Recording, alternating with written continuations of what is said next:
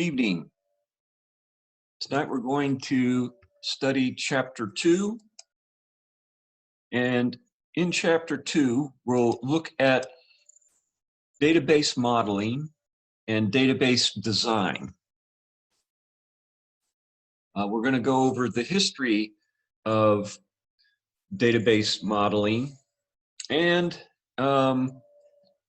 where the future might hold. As I mentioned last week, the modeling technique we're going to learn can actually apply not only to relational databases, which are the dominant database today, but also to the emerging NoSQL databases like MongoDB or Neo4j.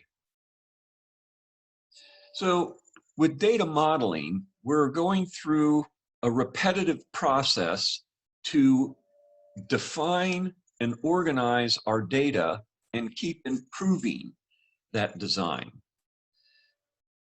Eventually, we're going to have a model which is going to represent a complex business operation with a set of entities and relationships. So a model is an abstraction of a real-world object or event. We use data models as a communication tool. So we'll, as business analysts, go out and talk to our users who have a need, and we'll get their requirements. And we'll keep doing that in an iterative manner. But after the first discussion with them, we can start organizing. Well, first we start recognizing data that is needed for their system. Then we start organizing that data. And then we put it into a graphical representation. So we can go and present it to the users and say, here's our understanding, is this correct? And that will lead to more discussions and improvements of that model until finally we get agreement, yeah, this looks like it's just exactly what we're interested in. So it is a very important communication tool. It's also an important tool for, after the database is implemented, for programmers to understand how the data is organized. And so they can write programs to get at the data they need to satisfy their requirements. And it gives the database administrator an overall view of the database. So some of the things we have to identify for our data model are entities, and these are objects the user is interested in. And an attribute is a characteristic of that entity. So for example, a student might be one of the objects that we're interested in collecting data for a university database, and the attributes or characteristics that we're interested in, obviously these aren't all the characteristics, but they're the ones we need for our system, are the student's name, their rail ID, the department they're in, and the total credits they have. Now we also have relationships between entities. And the relationship can have three different forms. So let's say we have two entities in our university database, department and students.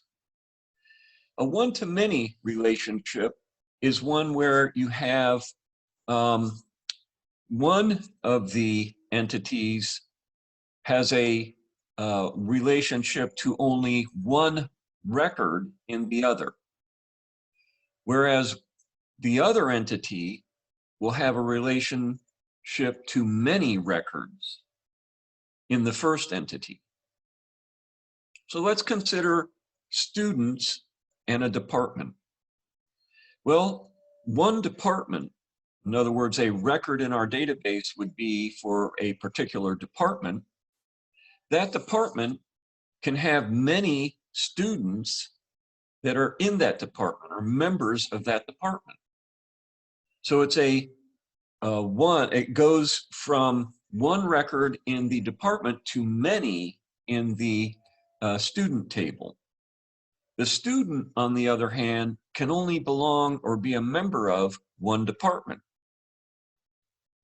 So it's many students can go back to one record, but one student can only go back to one record as well. So that's a one-to-many relationship.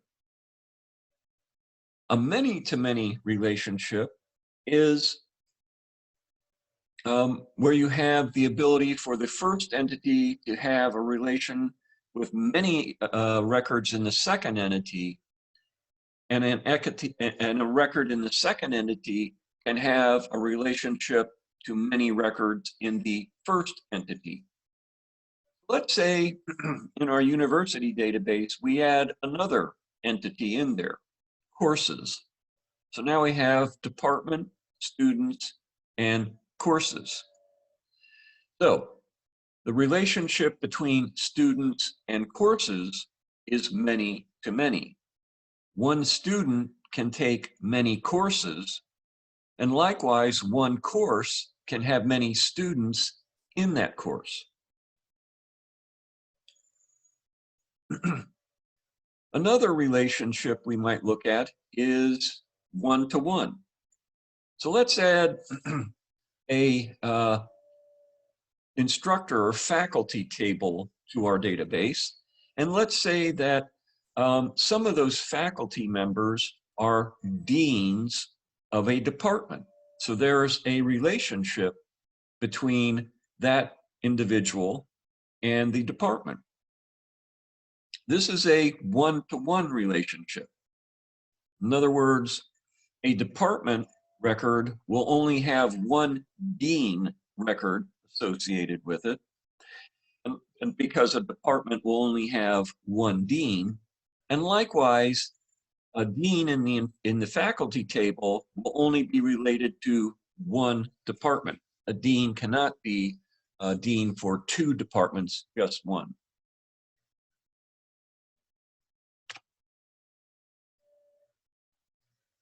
Okay, let's take a couple minutes and think about this question, and I'll go through and ask your opinions.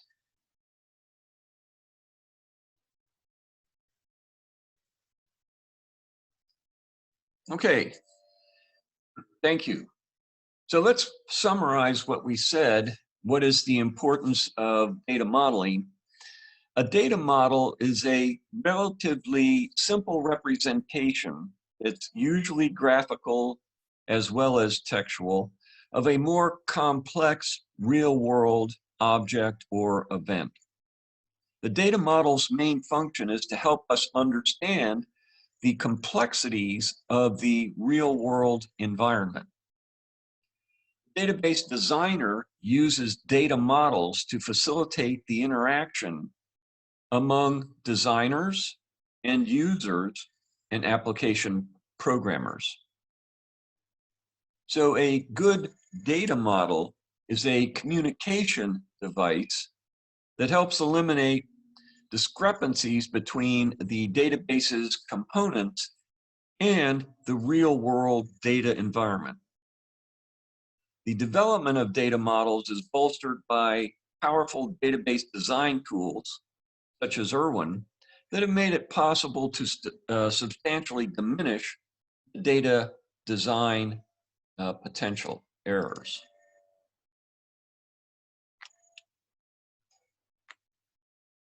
So, one of the things we mentioned last week is that there are business rules. And in the old file-based system, the business rules would be in each of the many programs that were written to access the data. And if a programmer forgot to include it, then there would be discrepancies or errors in the data. For example, one rule might be that an instructor's salary has to be between $20,000 and $80,000. And if someone forgot that, then it would be easy for one of the administrative staff using a database system to type in 800,000 and it not be caught as an error. Well, with a database system, you can define database or business rules, and they're enforced at the database level. So if the programmer forgets, it doesn't matter. The database is going to say, no, 800,000 must be a typo. The maximum salary allowed is 80,000. So these are important things to have in a central place where they are enforced for all users and programmers of the database. So when we're gathering our requirements, we get the business rules from, of course, our direct interviews with end users, written documentation, and those end users will include department managers or company managers or policymakers. Business rules standardize our view of the data. Again, they're a communication tool, and they let the designer understand the scope of the data, its role, get a better understanding of the business processes, and of course, create a data model that will ensure you have accurate data. When we gather our requirements from the users, we can use these following guidelines to help us organize our data model properly. Nouns in our discussion with our users might translate into entities. For example, if the users are talking about departments, students, faculty, we might take those nouns and say, well, we might make entities out of those. And then qualified nouns or nouns with adjectives before them, like student name, student rail ID, student total credits, those might be attributes. On the other hand, verbs might translate into relationships between entities. And again, relationships are bidirectional. A record in Table A has a relationship with one or more records in Table B. And likewise, a record in Table B would then have a relationship with one or many records in Table A.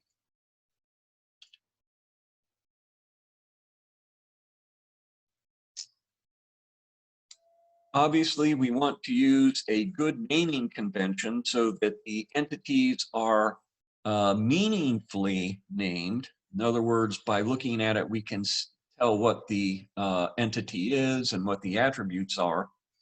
That's going to help us communicate among all the parties. So let's again take a few minutes. And I'm not going to record your answers to protect your privacy, but I'll summarize the discussion for the benefit of those online students. So take a few minutes, think about this question, and we'll come back. Okay, so what is a business rule and what is its purpose in data modeling? Well, I think you guys nailed it. It's a precise and straightforward description of a policy or a principle within the organization itself. Business rules apply to any organization, however. It could be a business, a government agency, religious group, laboratory, or a university, as we know. Okay, very good.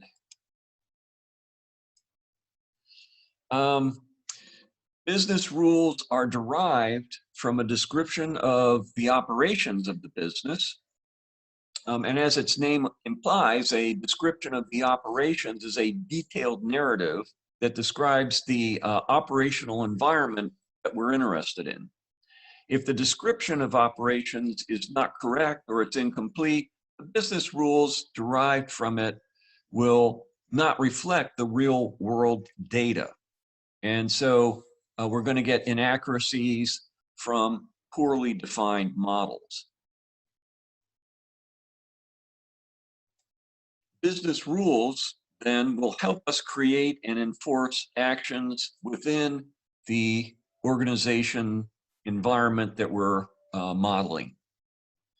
Business rules have to be rendered in writing, and they have to be updated to reflect any changes in the organizational environment that we're modeling. So, properly written business rules are used to define entities, attributes, relationships, and constraints.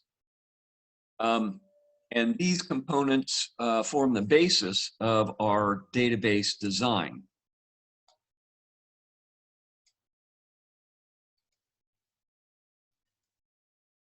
Okay, and then another quick question here. How do you translate business rules into data model components?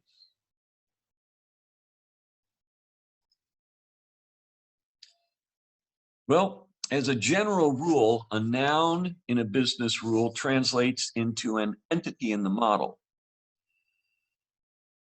A verb associating nouns will translate into a relationship among entities. So, for example, a business rule, a customer may generate many invoices, contains two nouns, customer and invoice, and a verb, generate, that associates the two nouns together. Okay, so in the past, the database models that were first implemented were known as hierarchical and network models.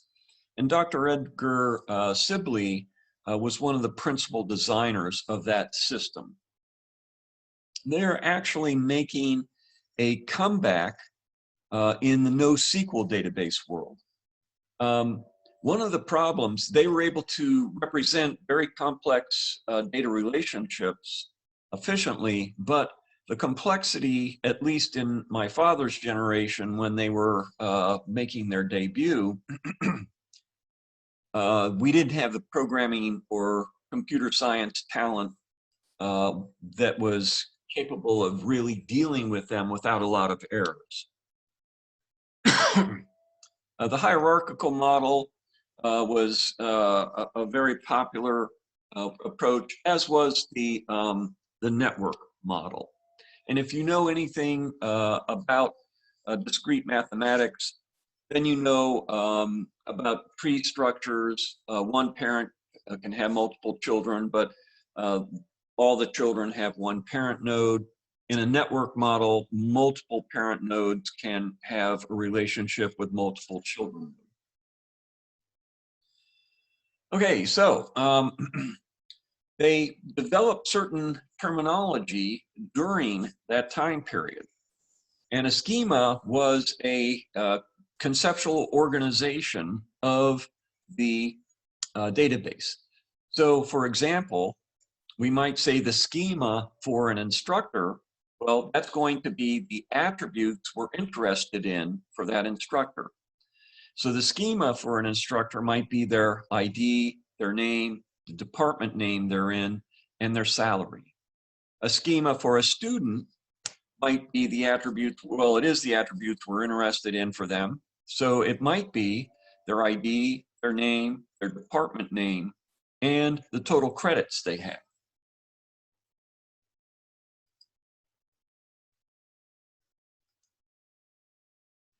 So here's the schema for the database that we installed last week. and it's the university database. And in it, you can see we have students, departments, instructors, courses, sections, and then we have a registration table called takes. Students register for or take sections in a course. And then likewise, instructors teach sections in a course. So you can see the tables and the potential relationships between those tables with these arrows. Now, when we look at our database management system, like SQLite 3, which is what we'll be using as our database management system throughout the course, we need to have two types of languages, a data manipulation language and a schema manipulation language. So data manipulation language is where data can be managed. They can use it to get data, put data in, and so on. A schema definition language is one where you're going to define various schema components, like you're going to define tables, or you're going to define constraints, things of that nature. And it turns out, just as an aside, that SQL does both.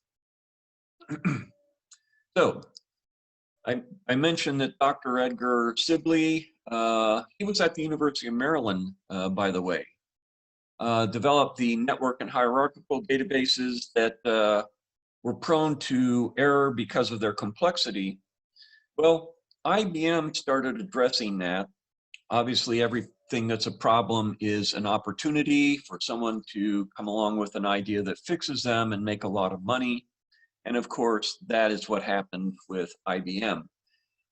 E.F. Codd, Dr. E.F. Codd at IBM, developed the relational model as a simplification of the databases that were currently, at his time, widespread use. And they did simplify things greatly. They were more intuitive to deal with. And for the last 40 years, they've been the dominant database model, and they really pushed out the hierarchical and network databases. As I mentioned, there are some advantages to the network and hierarchical databases, and they're making a comeback as directed graph databases today, for example, Neo4j. So they're all based on acyclic directed graphs. So the relational model, though, looks at data tables. So it stores data in tables, much like an Excel spreadsheet. Each one of the rows is a record, for example, a student record, and each one of the columns would be an attribute of that record, like ID, name, department name, and total credits. So the advantages for the relational model is it actually worked without a lot of glitches. So once it became widespread, you weren't getting bogus utility bills, or when you registered for a class, you actually were registered for it. So that was a dramatic improvement, and it was easy to maintain, easy to create, easy to program against. It became popular, obviously. So the relational database model that Codd came up with was put out in relational database management systems like DB2 at IBM, and then Oracle, from Oracle, obviously, and then SQL Server from Sybase, and then Microsoft bought Sybase SQL Server, and it became Microsoft SQL Server.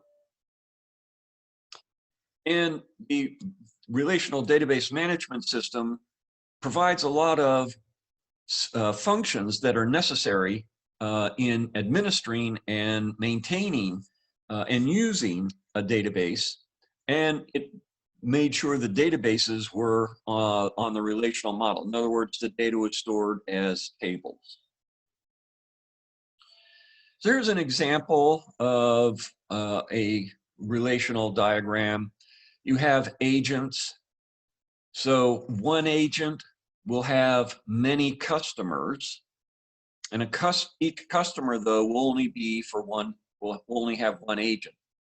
And then we're collecting various attributes about our agents and various attributes about our customer, like their last name, first name, area code, phone, agent code, and so on. So here's another question. I'll give you a few minutes to think about it.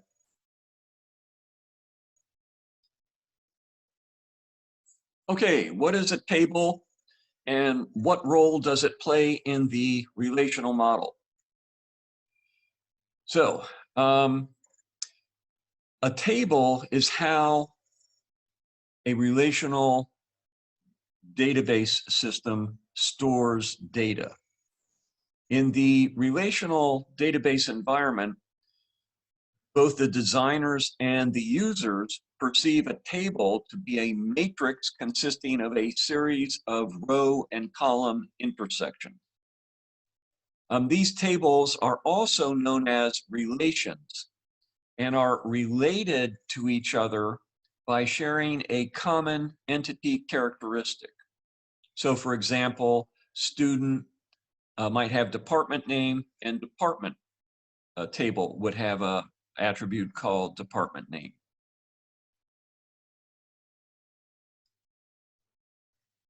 So tables are especially useful from the modeling and implementation perspectives. Tables are used to describe the entities they represent, and they provide an easy way to summarize the characteristics and relationships among entities. And because they're conceptual constructs, the designer doesn't need to be concerned about the physical implementation aspects of the database design. So Microsoft, Oracle, and IBM might all store things a little differently, but we're looking at, they present to us something that looks like a table. Obviously, when you take the logical table and you actually put it on the disk, it has to be serialized to fit onto the disk, but it is presented to us as a table. Now, one thing to keep in mind is that the order of the records in the table is irrelevant. It's just what is in the table, not the order that they are residing. Now, a database is going to consist of multiple tables, like we saw 11 tables in our university database: instructor, student, advisor, and so on.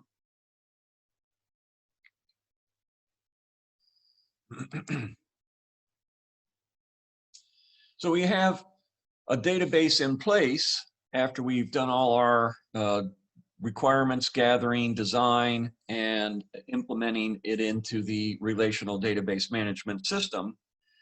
Then we're going to have programmers write applications to read the data, present it to users, collect their responses, and put those in the database. So application programs can be custom written, or we can use a command shell, and we'll be using a command shell in this course.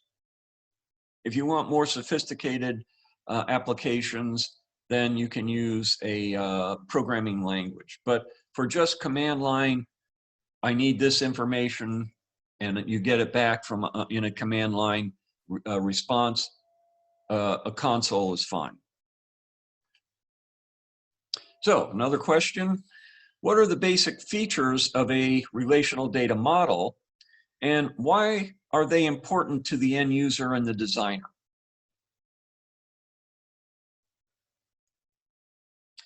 Well, a relational database is a single source, single data repository that provides both structural and data independence. In other words, we're independent from how it's stored on disk, and it is conceptually simple for us to understand. Users and designers and programmers see the database as a collection of tables, and that's an intuitive structure for us to deal with. Tables are related to each other by sharing a common value in one of their columns. The relational model is a breakthrough, or was a breakthrough, because it lets them operate in a simpler conceptual environment. And designers also find it easier to deal with the conceptual data representation by freeing them from the complexities associated with the physical data representation. So, the entity relationship model is a data modeling method that lets us define a conceptual a model, a logical model, and then translate the logical model into a physical representation.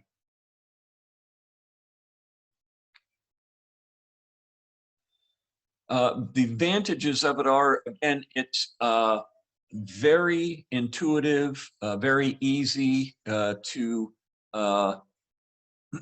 use.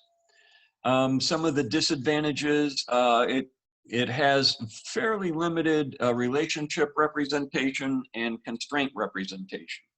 So it's up to when you go from the logical model to the physical model, like you're going from the logical model to a relational tabular model, or you're going from the logical model to a document model in NoSQL, you have to add some of those things back in. So another question, what is a relational diagram? Well, a relational diagram is a visual representation of the relational database's entities, attributes, and relationships. It's easy to see what the entities represent and to see what types of relationships, in other words, the one-to-one, one-to-many, and many-to-many, that exist among the entities and how they're implemented. Again, here's an example of a entity relationship diagram that has been translated into a schema that we can use. And again, it's very easy to see where the data is, how it's organized, what the entities are, what the attributes are, and how you might relate one table to another. Okay, let's take a 15-minute break, and we'll come back and resume.